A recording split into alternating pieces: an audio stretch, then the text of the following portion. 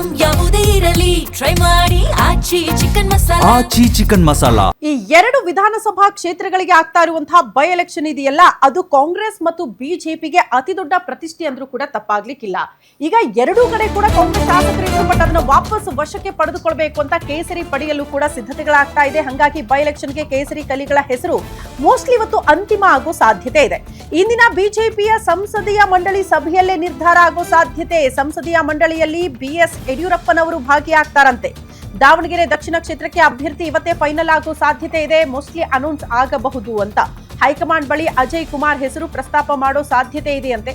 ಈಗಾಗಲೇ ಹೈಕಮಾಂಡ್ಗೆ ಅಭ್ಯರ್ಥಿಗಳ ಹೆಸರನ್ನ ಕಮಿಟಿ ರವಾನೆ ಕೂಡ ಮಾಡಿಯಾಗಿದೆ.